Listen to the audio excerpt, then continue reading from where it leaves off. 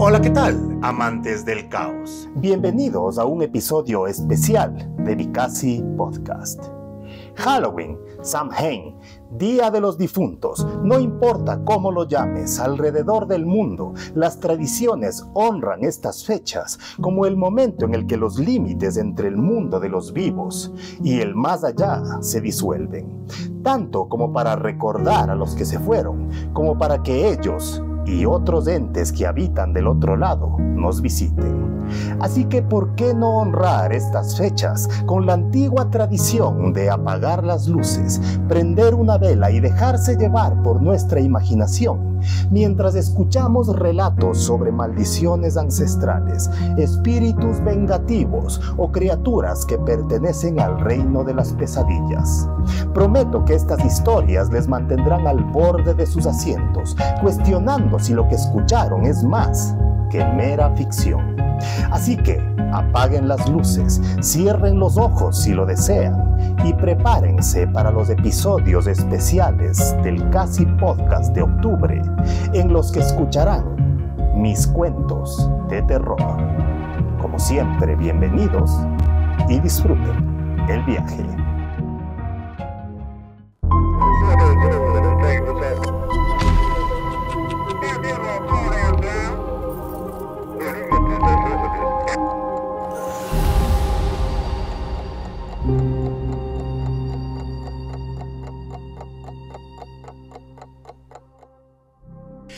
En la comisaría el alboroto continuaba. El oficial a cargo había llamado al encargado de la celda en cuestión. «Mi coronel», saludó el policía.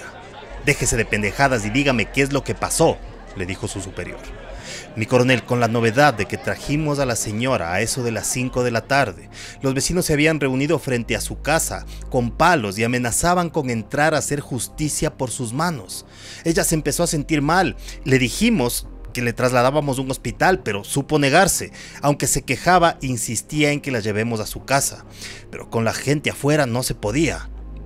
El coronel, con el uniforme mal puesto y cara de mal dormido, interrumpió a su subordinado. «Mire, López, yo lo que quiero que me cuente es cómo es que entra una persona a una celda y de pronto tenemos 2 cuerpos sin vida y en esas condiciones».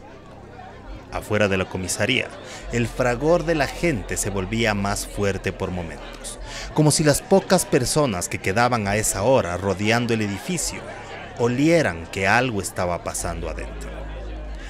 López, que estaba siguiendo el caso por unas semanas, pidió permiso para sentarse, aduciendo que la historia que debía contar era larga. El coronel le señaló una silla, recordándole que no tenían mucho tiempo antes de que llegue la fiscalía. ¿Hace cuánto estaban desenvolviéndose los hechos? No se podía precisar. Lo que sí lograron averiguar es que la señora, conocida como Doña Gloria en el pueblo, había llegado hace poco más de un año. Su fama le precedía. Gente de otros lados la visitaba constantemente. Era lo que se conoce como una curandera, aunque algunos también le llamaban bruja o hechicera. Poco a poco el pueblo empezó a enterarse de su fama. Había vivido en otros lugares antes, donde se hizo famosa por sus milagrosas curaciones y su don de evidencia. Muchos decían que les curó la próstata, una rodilla lesionada y hasta el cáncer. Las mujeres iban para pedirle que les diera el nombre del amante de los esposos. Otros querían saber si les iría bien en el trabajo o si tenían que meter o no su dinero en algún negocio. Tan acertadas eran las profecías de Doña Gloria y tan buena era tratando a los enfermos que pronto tenía filas de personas esperando afuera de su casa para ser atendidos.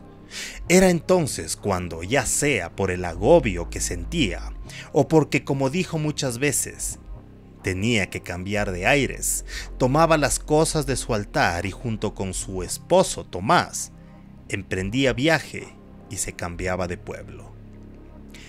Tomás era un hombre corpulento, de unos 50 y tantos años aproximadamente, totalmente leal a Doña Gloria y mudo como una piedra. Algunos decían que sufrió un accidente poco tiempo de conocer a la señora, otros que había nacido sin la capacidad de hablar. Sea como sea, resultaba un espectáculo ver a la pareja las pocas veces que salían de casa. Él, con un sombrero y camisa, empujando la silla de ruedas, llevaba a doña Gloria, quien era la que más llamaba la atención de la gente. Era una mujer no grande, sino enorme. Curiosamente, su cabeza y cuello no presentaban mayor signo de obesidad, pero de los pechos hacia abajo el espectáculo era grotesco. Sus carnes se desparramaban esclavas de la gravedad, por debajo de los brazos, por el abdomen, por los muslos. Esto es lo poco que lograron ver algunas personas que se atendieron con doña Gloria, ya que cuando salía de su casa se cuidaba de taparse con un enorme poncho que le cubría casi por completo. Lo único que sobresalía por debajo eran las piernas, cubiertas de unas medias especiales para proteger las varices. Quienes acudieron con ella en el pueblo decían que atribuía sus poderes a un tal Jesús de los enfermos. Doña Gloria nunca explicó la naturaleza de este ente o ser. Alguna vez comentó que no se trataba del Jesús bíblico, pero si era un ángel, un espíritu de sus antepasados o alguna otra especie de ser, nunca fue explicado por ella, y mucho menos por el mudo Tomás, que solamente se limitaba a empujar la silla de ruedas y a asentir con la cabeza. Más allá de la inmensa gordura de la señora, su silencioso acompañante y las prácticas que ejercía, no se podía decir que había nada sospechoso en ella. Hasta que desapareció don Jerónimo, el dueño de la bodega de gaseosas y cervezas, lo más parecido a un magnate que tenía el pueblo. Muchos sospecharon de la esposa de don Jerónimo, ya que no era ningún secreto que la engañaba con Miriam, la hija del panadero.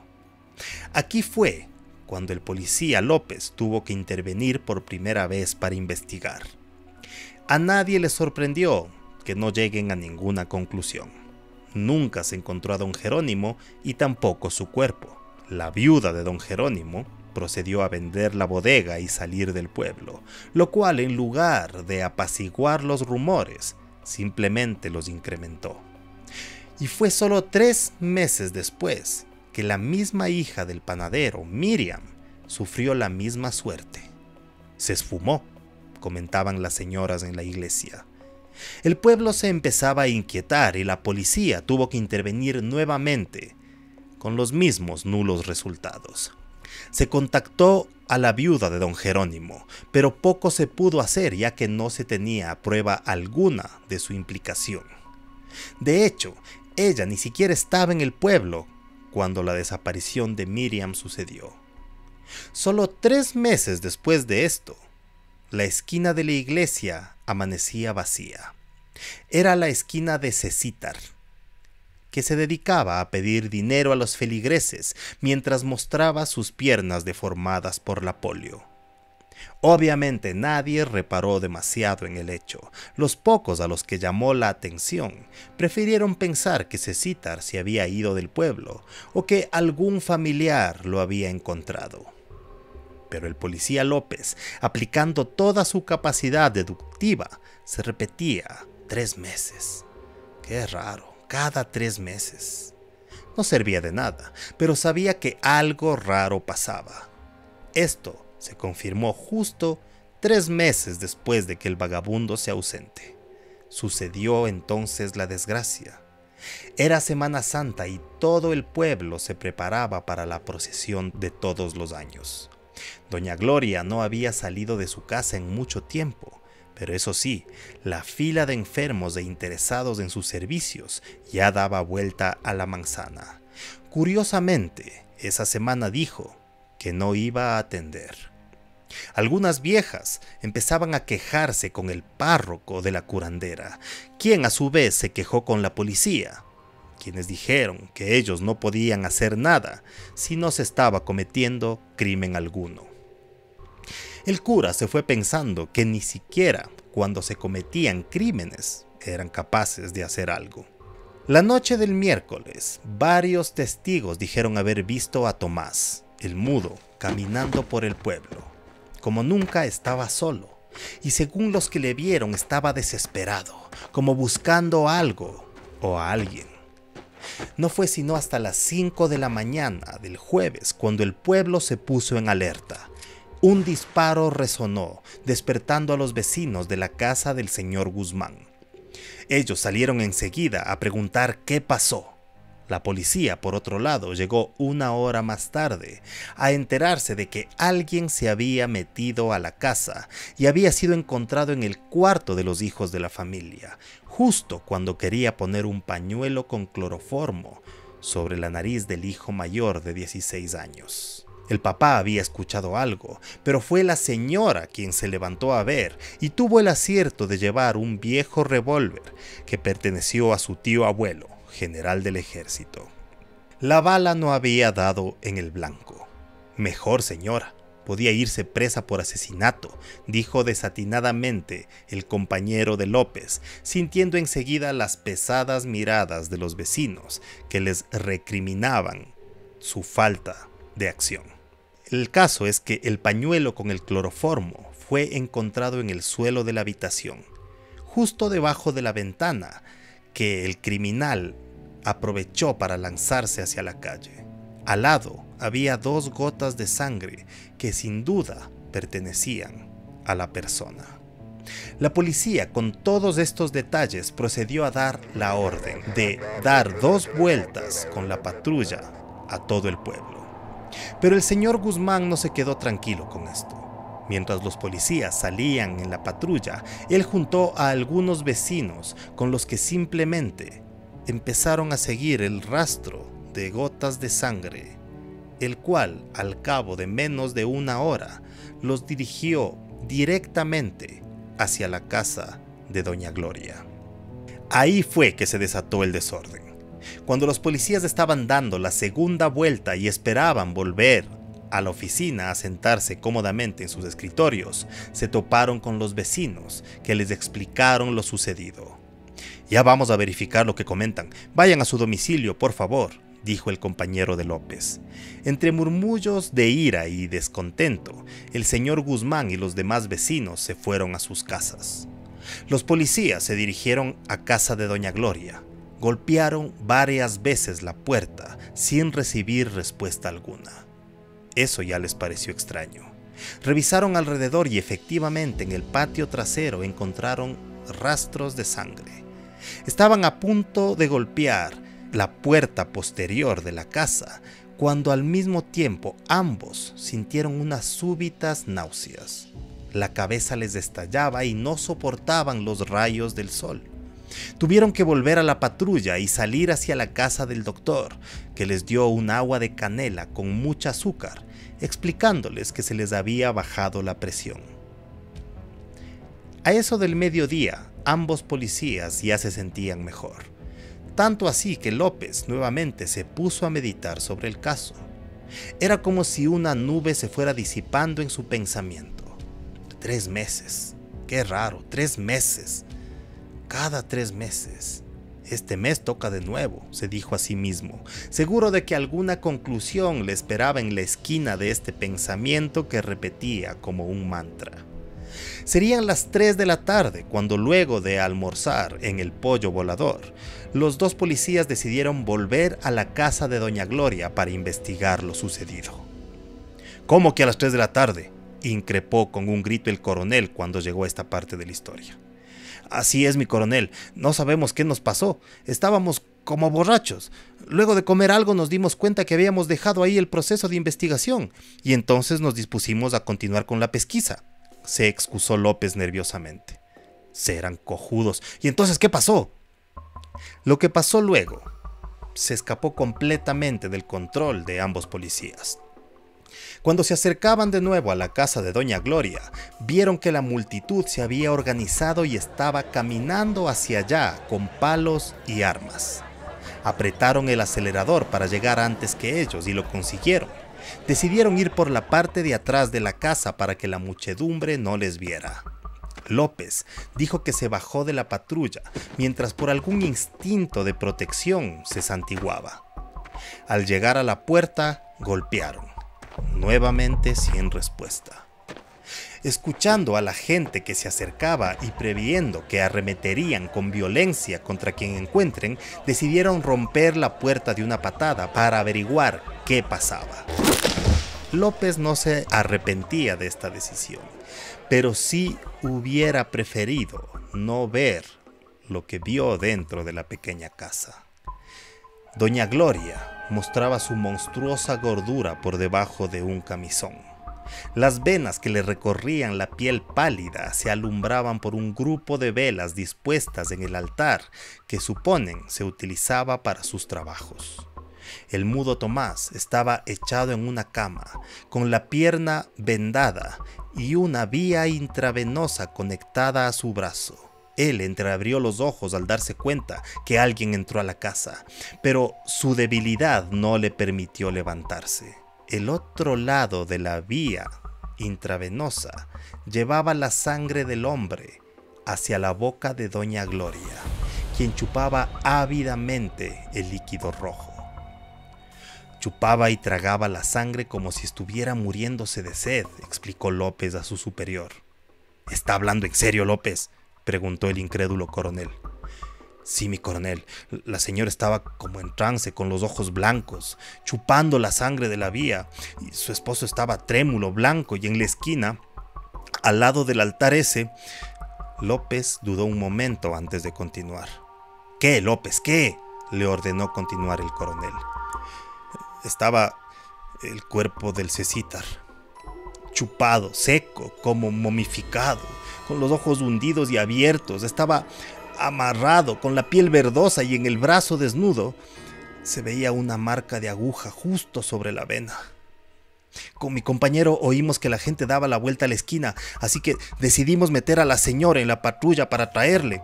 Cuando le quitamos la vía de la boca, la señora parpadeó y los ojos como que le volvieron a aparecer.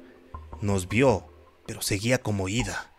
Tuvimos que agarrarle entre los dos y llevarle en la silla de ruedas a la patrulla. No sé cómo logramos meterle en el asiento de atrás y venimos para acá. López había llegado a la conclusión de que si Doña Gloria no era la asesina directa de Cecítar, al menos estaba implicada. No sabía cuál fue la suerte del esposo, a quien dejaron en la cama tendido, mientras la gente llegaba y golpeaba la puerta principal. Apenas vieron a la patrulla salir por detrás de la casa, la muchedumbre empezó a seguirla hacia la comisaría. Si el señor esposo de la señora murió, ahí sí yo creo que sería culpable, dijo López, exponiendo su conclusión. O sea que no han ido a ver qué le pasó. No ha sido posible, mi coronel, con todo lo que pasó después. Efectivamente, llevar a Doña Gloria fue lo menos difícil. Una vez la pusieron en la celda de la comisaría, ella pareció recobrar la conciencia y se puso a gritar como poseída. ¡No, no! ¡Mi Jesucito se me va! ¡Llévenme a mi casa, imbéciles! ¡Que me lleven, les digo!, gritaba la corpulenta mujer mientras se agitaba. López se negó a cumplir sus órdenes. En primer lugar, porque había sido detenida en flagrante delito y en situación bastante sospechosa. Y en segundo lugar, porque la gente había llegado ya a la comisaría y pedían entrar o que se les entregue la bruja. Por esto, decidió notificar a su superior de la situación. Quiso llevar a Doña Gloria a un hospital, pero ella se negó rotundamente. Aquí es donde la cuestión se complicó, ya que la bruja, luego de cansarse de gritar, empezó a mostrar signos de enfermedad.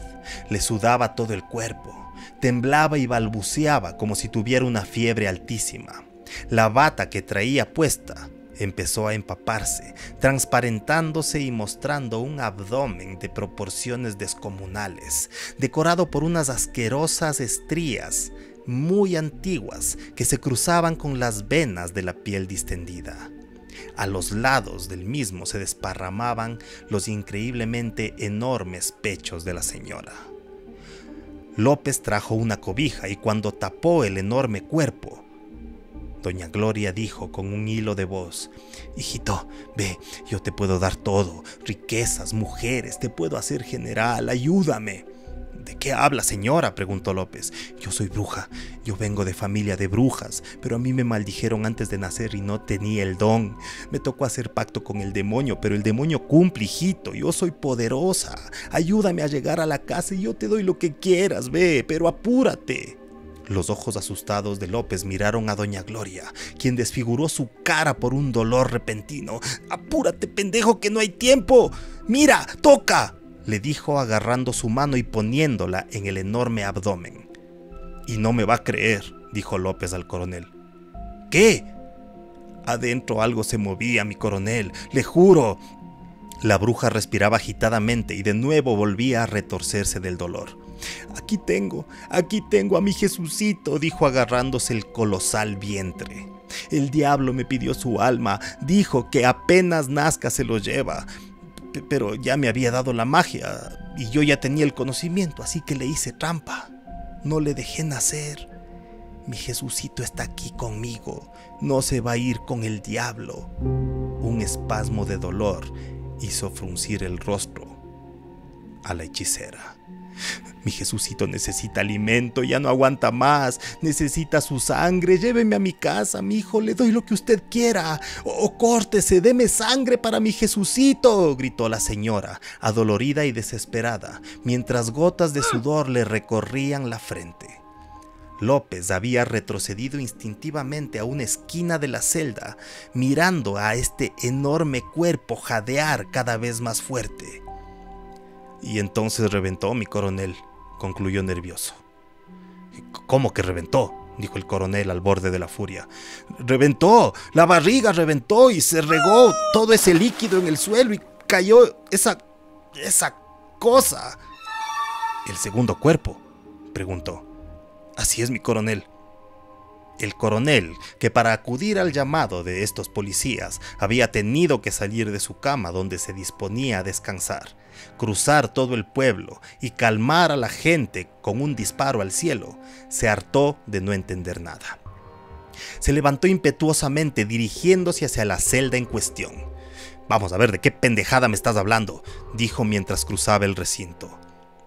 Tal como le ocurrió a López antes, hubiera preferido no ver lo que se encontró detrás de los barrotes. El cuerpo enorme desparramado de la curandera yacía en el suelo, a donde había caído desde su silla de ruedas. La cobija que López le había llevado alcanzaba a cubrir un poco de sus pechos, pero debajo asomaba el camisón empapado de sangre y líquido. El mismo dejaba entrever una enorme herida, un hueco por debajo del ombligo, como si una bala de cañón hubiera atravesado la piel desde adentro. Lo que cubría el piso era líquido amniótico. A casi 1 metro del cuerpo de Doña Gloria estaba la atrocidad máxima. Un cuerpo en posición fetal. Toda su humanidad estaba deforme, como si hubiera crecido dentro de un contenedor esférico. Los pliegues de su piel mostraban cómo los huesos del cuerpo se habían acomodado al pequeño espacio, doblándose y rodeándose a sí mismo. Una pelusilla negra y fina recubría toda la piel, mezclándose con una capa de grasa que rodeaba el esperpento. Por entre ambos brazos deformes se asomaba su cara, con una frente aplastada y unos dientes que por falta de espacio habían crecido hacia afuera de la boca. Baba le caía de la misma. El coronel se quedó en silencio antes de salir corriendo a vomitar. López escuchó la voz de su compañero que contestaba una llamada afuera. «Llegó la fiscalía», dijo desde su escritorio. «Se jodió todo», exclamó para sí mismo López, mirando el grotesco rostro de Jesucito, que inútilmente, por una milésima de segundo, intentó respirar antes de morir. Muchísimas gracias a todos estos miembros del caos, Patreons y donadores. Si te gustó, no olvides compartir, dejar tu like y comentario. Además, en la descripción podrás encontrar varias formas para ayudarme a hacer más episodios del Casi Podcast y otros videos. Hasta la próxima, amantes del caos.